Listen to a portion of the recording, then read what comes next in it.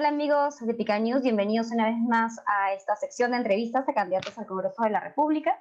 Mi nombre es Victoria Salinas y en esta oportunidad vamos a conversar con el candidato Marcos Garfias. Él va con el número 27 por Acción Popular. Es licenciado en Historia por la Universidad Nacional Mayor de San Marcos. Además tiene estudios de doctorado en Historia de América Latina en el Colegio de México, una de las instituciones más prestigiosas en lo que respecta a ciencias sociales y humanidades. Y además es investigador principal del Instituto de Estudios Peruanos IEP. Bienvenido, candidato Garfias. Muchísimas gracias, Victoria. Muy amable por la oportunidad y el espacio. Para nosotros los candidatos relativamente desconocidos, estos espacios son importantes. A usted Así por que su tiempo. Abierto a las preguntas y a la conversación.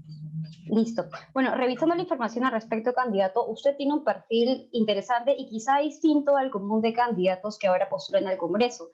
Ha desarrollado su carrera profesional precisamente en la investigación académica, un punto que no es común quizá ya en nuestra clase política contemporánea. Por eso mismo quisiera iniciar la entrevista pidiéndole que por favor se presente para quienes no lo conocen y además nos explique y nos comente el por qué decidió participar en política y además hacerlo al lado de Acción Popular. Ok, yo soy Marcos Garfias. Yo nací en un pueblito minero que se llama Morococha, un campamento minero. Ahí mi papá fue obrero minero durante 35 años. Yo nací el 76, así es que tengo 44 años. Y después migramos toda la familia a Lima, el 89. Estudié en una gran unidad escolar, la media, y después en San Marcos me hice historiador, como hice mi hoja de vida. Y después hice el posgrado en el Colegio de México. El 2006 yo me incorporé a las filas de Acción Popular. Tengo 15 años de militante en Acción Popular. Así es que hice una carrera desde las bases. Una militancia de base, ir construyendo poco a poco ahí cierto espacio y cierto prestigio. Y además ganando sobre todo experiencia en la política, ¿no? Que creo que es fundamental en estos procesos que la gente llegue preparado y sobre todo preparado en el terreno político, que son lo que uno hace en los partidos. ¿Por qué yo me metí a Acción Popular y por qué decido postular a Acción Popular? Al Congreso. Pues Acción Popular es un partido histórico. Candidato, su micrófono se apagó. País, con estas y sus bajas, con sus cales y arenas, con sus lados buenos y sus lados malos. Acción Popular vive ya 64 años en este país, en esta disputa política, y a mí me llamó mucho la atención sobre todo su historia primigenia, ¿no? Sus orígenes.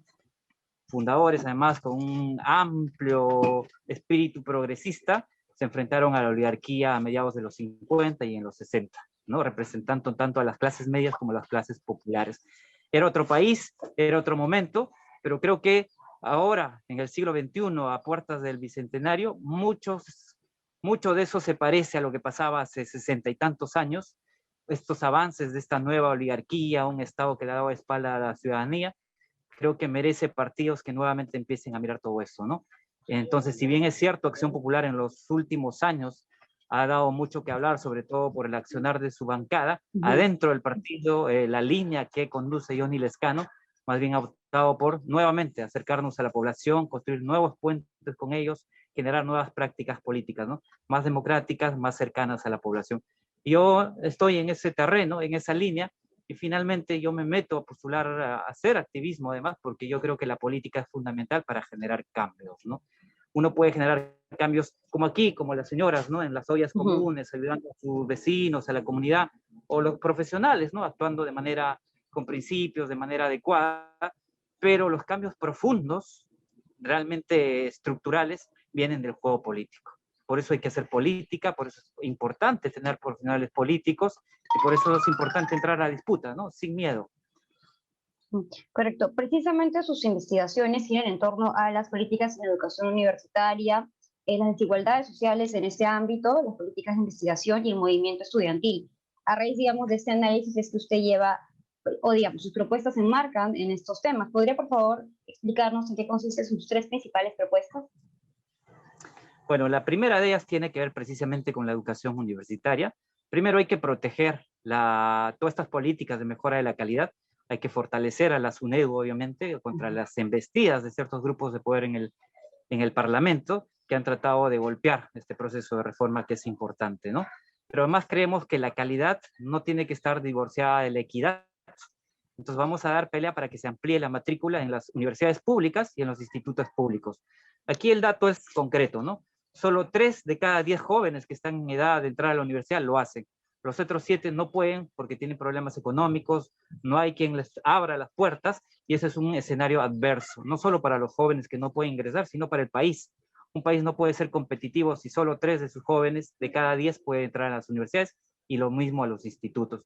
Entonces aquí la pelea es pelear por la ampliación de la matrícula en las universidades públicas, pelear por el aumento del presupuesto para que eso se haga realidad, y además acercar la universidad pública, el instituto público, a la gente, a la ciudadanía. ¿Cómo?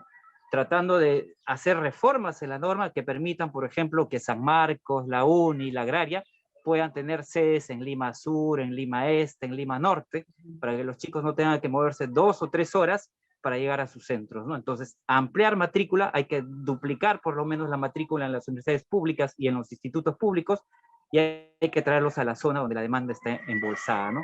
No hay que permitir que la educación privada, si bien es cierto, ha ayudado, se quede con toda la demanda, porque además ahí la calidad ha sido cuestionada. Entonces, equidad y calidad tienen que ir sumamente amarradas, ¿no? Esa es como una propuesta central. Otra tiene que ver además con esta idea de devolver a los profesores de la educación básica al corazón de las reformas por la calidad. Hay que ver cómo se está manejando la ley magisterial, si los 8 escalafones de la carrera son los adecuados. Los escalafones permiten, en efecto, que los profesores que mejor desempeño tienen obtengan rápidamente un incentivo en sus incrementos salariales. Si no es así, vamos a revisar el escalafón, pero vamos a tener que permitir que esos profesores se queden, que entiendan que hay una preocupación del Estado que les va a otorgar los incentivos, y además una cosa central para los docentes, ¿no? Hay que mejorar y ampliar lo que llamamos formación en servicio. O sea, esos profesores que están en el aula tienen que entender que nosotros queremos que sean cada vez mejores, y vamos a empezar una ambiciosa política de becas de posgrado, tanto de maestría como de doctorado, en el Perú o en el extranjero, para que esos profesores obviamente mejoren sus capacidades. Y por último, queremos que los mejores lleguen a la docencia. Entonces vamos a iniciar una captación de los mejores estudiantes de la media y los mejores estudiantes que acaban el pregrado en las universidades, para ofrecerles becas, becas de formación en educación. Los mejores profesionales tienen que estar en las escuelas, en los colegios y en las universidades. Y para eso el Estado tiene que ofrecer incentivos reales, desde estas becas y después salarios dignos, ¿no? Y una carrera con estabilidad. Entonces, estamos mirando el espectro amplio de la educación con estas propuestas que vamos a empujar obviamente desde el Parlamento y desde el plan de gobierno de Ioni Lescano y la Lampita de Acción Popular. Usted justo mencionó lo importante del trabajo en la SUNEDU, y como también precisó, hay grupos partidarios políticos particulares que están intentando petardear de alguna forma la ley universitaria. A raíz de sus investigaciones, de sus análisis, digamos, ¿qué tan importante considera que ha aportado la ley universitaria y la SUNEDU a mejorar la calidad de educación superior en nuestro país? Bastante. Primero, porque ha puesto en el debate público, en el análisis de los políticos, la necesidad de 2 cosas, ¿no? Primero, que la calidad es fundamental, que no podamos dar el servicio por darlo, sino que tiene que ser un servicio que cumpla estándares de calidad. Entonces, eso es fundamental y se han metido en el debate público y en el debate político. Y segundo, que es tan importante, incluso más importante que esto, es que el Estado ha vuelto nuevamente a mirar a la universidad pública y ahora también a los institutos públicos, porque durante casi 3 décadas, incluso más, el Estado le había dado la espalda a las universidades, ¿no? Por estos problemas de relaciones y disputas, tanto dentro de las universidades como su relación tensa con el Estado y los grupos de poder. Entonces, han vuelto a mirar a la universidad, han entendido que en la universidad pública están los cuadros que necesita el Estado, que hay que mejorar su calidad, y esa es una apuesta no solo técnica, sino fundamentalmente política. Y por lo tanto es muy importante lo de la ley de 2014, muy importante lo de SUNEDU, pero es obvio que eso se puede ir mejorando. Y con esto termino. Hay un elemento que hay que mejorar, que tiene que ver qué ha pasado con estas universidades que no han sido licenciadas, que son alrededor de 50, donde hay más de 180,000 estudiantes que se han visto afectados, porque no saben qué va a pasar con ellos, porque si sus universidades no han sido licenciadas, la continuidad de su carrera se ve en peligro. Muchas de estas universidades, en efecto, han respondido y están acompañando a los estudiantes hasta que terminen la carrera, pero otras no. Ahí el Estado tiene que intervenir, tiene que ayudar a acomodar a esos estudiantes por un lado, pero además tiene que otorgarles nuevas facultades a la SUNEDU para que obligue, para que fiscalice con mayor fuerza a los promotores y a los dueños de estas universidades para que cumplan con estos miles de estudiantes que no han podido culminar la carrera. Y además, para que la SUNEDU comience el proceso de mejora y de fiscalización de la calidad de los institutos públicos. Ya terminamos con las universidades, ahora hay que continuar con los institutos públicos. Hay que otorgarle el estatus que se le ha negado por mucho tiempo para que se convierta también en un espacio de demanda de los jóvenes. Correcto. Digamos, pasando ya al partido Acción Popular, el propio candidato Johnny Lescano ha admitido que existen fracciones internas dentro del partido, ¿no? Como en un entorno democrático. Pero también, de otro lado, algunos ciudadanos han sentido que de alguna forma ha retornado aquella frase que acuñara Andrés Thompson sobre que el partido era una federación independiente. Entonces, le quiero preguntar a usted, ¿cómo evalúa lo que ocurre en las internas del partido y si se adhiere a alguna fracción o quizás esa no es su lectura? Mira, lo primero que hay que reconocer que los verdaderos partidos políticos tienen disputas internas y que los verdaderos políticos al interior de su dinámica generan liderazgos. No un liderazgo, sino 2, 3, 4 liderazgos, y habrá parte de la militancia que va acompañando esos liderazgos. En Acción Popular, otra vez, esa dinámica se ha dado, la línea, el liderazgo que ha triunfado en noviembre en estas elecciones internas para elegir a nuestros candidatos ha sido la de Johnny Lescano. La línea que ha perdido ha sido la de Raúl Díaz Canseco, la de Vitocho, la de Alfredo. Ellos han quedado en minoría, en primer lugar, ¿no? Y eso es importante entender porque está en el marco precisamente democrático de la dinámica de los partidos. Eso es normal en un verdadero partido político. Insisto en esto porque no nos van a decir a nosotros que, por ejemplo, el partido de Lunes, un partido político, el partido del dueño de la César Vallejo, es su partido, porque ahí hay un jefe fundador con billetera gorda que decide quién es el candidato a la presidencia, quiénes son los candidatos al Congreso. En Acción Popular no pasa eso. Entonces, a la ciudadanía, esténse tranquila, como en todo espacio, las disputas son normales, más bien, cuando no hay disputa interna, eso en verdad no es un partido político. Ahí hay un jefe, un caudillo que decide por el dinero, otras circunstancias, cómo es la dinámica, ¿no? Y finalmente, dentro de esas disputas internas, nosotros creemos que en esta ocasión ha ganado la mejor línea, la más cercana a la población, la que está más comprometida en la lucha contra la corrupción y la justicia social, ¿no? Ahora, digamos, para conocer su opinión sobre ciertos puntos importantes que también marcaron la agenda del año pasado y todavía lo siguen haciendo. Por ejemplo, las marchas ciudadanas en contra de la asunción de la presidencia de Manuel Merino de Lama, su correligionario además. ¿Usted considera que hubo un golpe de Estado o que por el contrario el presidente Martín Vizcarra fue constitucionalmente vacado? Lo que creemos es que la elección de Merino fue ilegítima, que ni dentro del partido ni fuera del... Sí, por Pero favor. la sucesión, nos guste o no nos guste, ha guardado, ¿no?, los procesos constitucionales. Lo que no ha tenido es el respaldo de la población y por lo tanto la gente ha salido a las calles.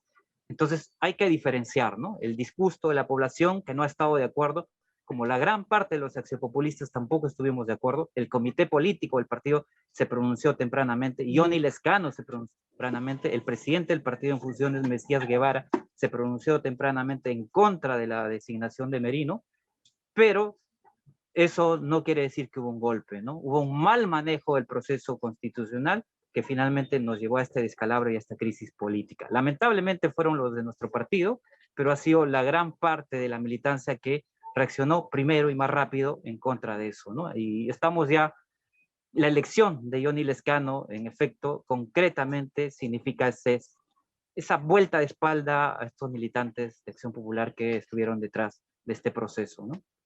Digamos, ¿usted siente que esta bancada de Acción Populista en el Congreso, no solo por la vacancia de Martín Vizcarra, sino también por la aprobación de leyes como retiro de fondos de la ONP o entre otros, siente que lo representa esta bancada? Esta bancada en general, por gran parte de sus acciones, no, ¿ya? Pero también hay que saber distinguir. Hay otras normas que en efecto sí han tenido mayor aceptación y en efecto eran urgentes para un contexto tan duro como el de la pandemia. La posibilidad de retiro de los fondos de la AFP, por ejemplo, era una medida que para muchos los técnicos pueden decir, ¿no?, que es contraproducente, etcétera, pero también había que decirle a las grandes empresas que están detrás de la AFP, a sus grandes dueños, que tienen que devolverle parte de los recursos que han ido ahorrando los pensionistas, ¿no? En ese sentido hay elementos que sí hay que rescatar, pero en general, digamos, ¿no? Ya más en la dinámica política, el comportamiento de la bancada ha estado contra el sentido profundamente democrático, tanto del candidato como de la línea que lo acompaña en la Acción Popular, ¿no? Y por lo tanto, no nos representa. Por ejemplo, hay candidatos al Congreso que han indicado muy enérgicamente que una de sus principales medidas, o la primera quizá al llegar al Congreso, va a ser presentar una denuncia contra los congresistas que promovieron la vacancia contra Martín Vizcarra. ¿Usted apoyaría esta medida? Creo que eso son ofertas del Partido Morado, ¿no? Me da la Sí. impresión. Así es que hay que ubicarlo en ese contexto, ¿no? Los del Partido Morado, obviamente, igual que nosotros, están en una competencia electoral y la estrategia de ellos es llamarnos a nosotros golpistas. Creo que erróneamente entra en una disputa tonta del Partido Morado porque no tiene sentido, ¿no? Una cosa es la bancada y quienes representan esto y otra cosa es el partido. Ellos saben eso, pero a propósito no lo diferencian, ¿no? Entonces pueden hacer lo que ellos crean conveniente, pero no deberían envolver a la institución, al partido, dentro de su juego solo por capitalizar electoralmente, ¿no? Lamentablemente se han caído, la gente ha sabido diferenciar, ¿no? Entre propuestas sensatas, honestas, contra propuestas puramente electoreras, ¿no? En ese terreno al menos, en el terreno político.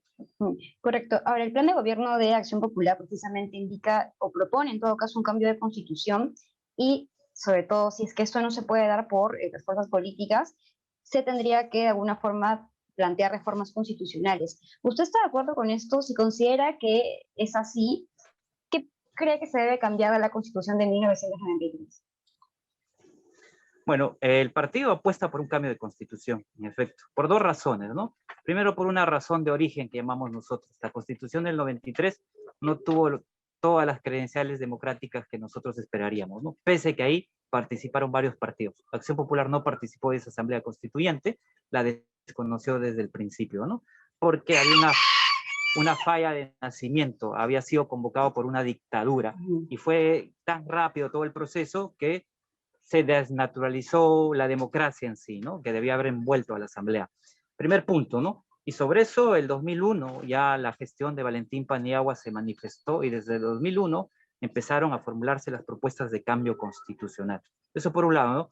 Por otro lado, la Constitución, si bien es cierto, en varios de sus capítulos y principalmente en el económico, en parte ayudó a que la economía del país comenzara a moverse.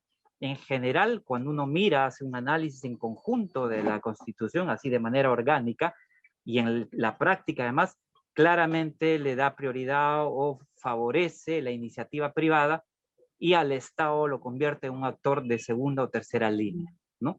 Y eso en gran parte ha generado una serie de problemas en los últimos años, por ejemplo, que no haya fiscalización o no haya regularización de muchas actividades privadas, entre ellas el de las universidades privadas, solo para poner un ejemplo. Y entonces hemos visto todo este festín de universidades que no ofrecían calidad en sus servicios, sino todo era lucro y todo era puro negocio, ¿no? Y eso se puede llevar a otro tipo de actividades, ¿no? Como el de las farmacéuticas, las explotaciones mineras, etcétera, donde lamentablemente los privados han estado tremendamente favorecidos y el Estado, que en general es la ciudadanía, la población, un órgano institucional, ha llevado las de perder, ¿no? O no recibir mayor parte de beneficios. Entonces, ese cambio constitucional tiene que procurar devolver todo a su sitio, ¿no? Que el Estado tenga mayor participación, mayor iniciativa y que además pueda negociar mejor con los actores privados, recursos, regalías, etcétera, que van a entrar al fisco y que van a generar obra social, obra pública, infraestructura, etcétera, etcétera. Ahora, de otro lado, también el plan de gobierno indica de que se planea un impuesto a la riqueza. ¿Usted está de acuerdo con este punto? Bueno, eso lo explicó el candidato Lescano, porque se le ha cuestionado mucho. Lo que él ha dicho dentro de sus respuestas y sus argumentos es que no pretende crear más impuestos, aunque sea los ricos, pero no pretende crearlo. Lo que él quiere, lo que él pretende y el partido también es que más bien se paguen los impuestos que se tienen que pagar. Y con eso teníamos un recurso bastante suficiente para encaminar mucho a las propuestas. El impuesto a la riqueza estuvo dentro del contexto esto de explicar cómo podía mejorarse estas políticas de pensiones para los jubilados. Y era una opción, digamos, ¿no? Que se presentaba dentro del argumento, aunque necesariamente no tenía que hacerse. Obviamente, dentro de este proceso de la campaña, el debate, el discurso, el análisis más técnico, ha ido dejando eso de lado, ¿no? Esa opción, entre comillas. Así es que tanto el partido como la campaña no están pretendiendo crear más impuestos, pero sí que es más importante, creo, que los impuestos se paguen y sobre todo por quienes más ganan, ¿no? Ujú. Por último, y le hago esta pregunta porque justo es un tema de coyuntura, hasta hace poco, la Municipalidad de Lima aprobó una ordenanza para el cambio de zonificación del distrito de Lurín para que zonas dedicadas a la agricultura y para actividades recreacionales pasen a ser de tipo comerciales y residenciales. La municipalidad ha dicho que eso no va a afectar el centro ecológico de Pachacamac. Sin embargo, el Ministerio de Ambiente sacó un comunicado y dijo de que efectivamente iba a afectar el entorno paisajístico del santuario. Le hago esta pregunta porque esta ordenanza fue aprobada en su mayoría por regidores de Acción Popular. ¿Cuál es su posición al respecto? Digamos, usted en una eventual gestión parlamentaria apoyaría las políticas que cuiden el medio ambiente, que protejan el valle, además el Valle de Lurín, que es uno de los últimos valles que tenemos? Creo que eso sería lo más responsable, ¿no? Sobre todo en una ciudad como esta que ha ido perdiendo de manera calamitosa sus espacios naturales. Hace falta mucho espacio público verde y hay que revisar, ¿no? Yo sé que ha habido una polémica en estos últimos días donde lamentablemente han estado envueltos nuestros regidores. No estoy al tanto cómo ha quedado, si existe ya la posibilidad de revisar esa decisión, de ir para atrás, pero creo que una norma que no tiene legitimidad de la población tendría que volverse a revisar y volver a votar. Yo espero, confío en la sensatez política, democrática de nuestros regidores, que pensando en eso, pensando en el futuro, puedan revisar este acuerdo municipal, ¿no? Correcto. La última pregunta, candidato, y muchas gracias una vez más por su tiempo. ¿Por qué votar por usted? Yo creo que por lo que un poco te contaba al inicio, creo que hay que tomarse en serio la carrera política, ¿no? Hay que construir un proceso, no hay que dar saltos con garrocha. Uno no puede amanecer en agosto y decir en octubre, noviembre me quiero ser candidato y me lanzo. Creo que eso no es tomar en serio la política. Hay que militar, hay que hacer activismo político, hay que construir carrera entre un partido. Nos guste o no nos gusten los partidos, pero hay que construirlos desde adentro. Y creo que ese es el camino que yo he tomado, me tomo muy en serio este papel, y además porque, esto quiero reiterar, ¿no? Como te decía, podemos hacer cambios desde nuestra vida cotidiana, cada uno de nosotros, en nuestro hogar, nuestra familia, nuestro trabajo, pero los cambios profundos, más estructurales, están dentro de la disputa política, desde el Estado. Y los partidos y quienes militamos en el partido tenemos que entrar a esa disputa con propuestas, con seriedad y con coherencia, ¿no? Así es que por eso yo me meto a esto y esperaría, en todo caso, la ciudadanía apoye una agenda de este tipo, ¿no? Y porque tenemos el mejor candidato, que es Johnny Lescano, obviamente. Correcto. Muchas gracias, candidato, por su tiempo y por darnos esta entrevista, Picaños. No, muchísimas gracias a ti, Victoria, y te mando un saludo enorme desde aquí. Aprovechando la sintonía. Exacto. Y si me das un minutito, yo quiero aprovechar porque como estamos aquí con las madres de la olla común, aprovecharte de decirte que en este contexto de pandemia obviamente ha habido mucha urgencia, mucha necesidad y todo tipo de ayuda que llegue a estos lugares son bien recibidas. La presidenta. Aquí está la presidenta. No sé si tienes un minuto, yo sé que somos de contexto, si nos das un mensajito. Sí, si es muy breve, sí, cómo no. Buenas tardes. Un mensaje para nuestro pueblo, para nuestros asentamientos humanos, para nuestros pueblos jóvenes. Nosotros confiamos en Acción Popular para marcar el número 27.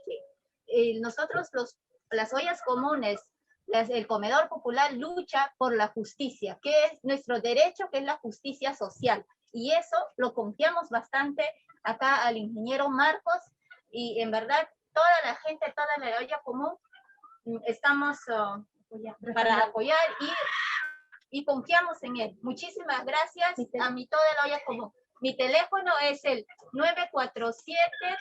947-546695. Para cualquier ayuda, como usted lo ve, esta es nuestra ollita común de ampliación Comité 44, Juan 316, Vallecito Alto, Villa María del Triunfo. Muchas gracias. Listo. Victoria, No, más allá de la... gracias por la palabra, en realidad es por la ayuda.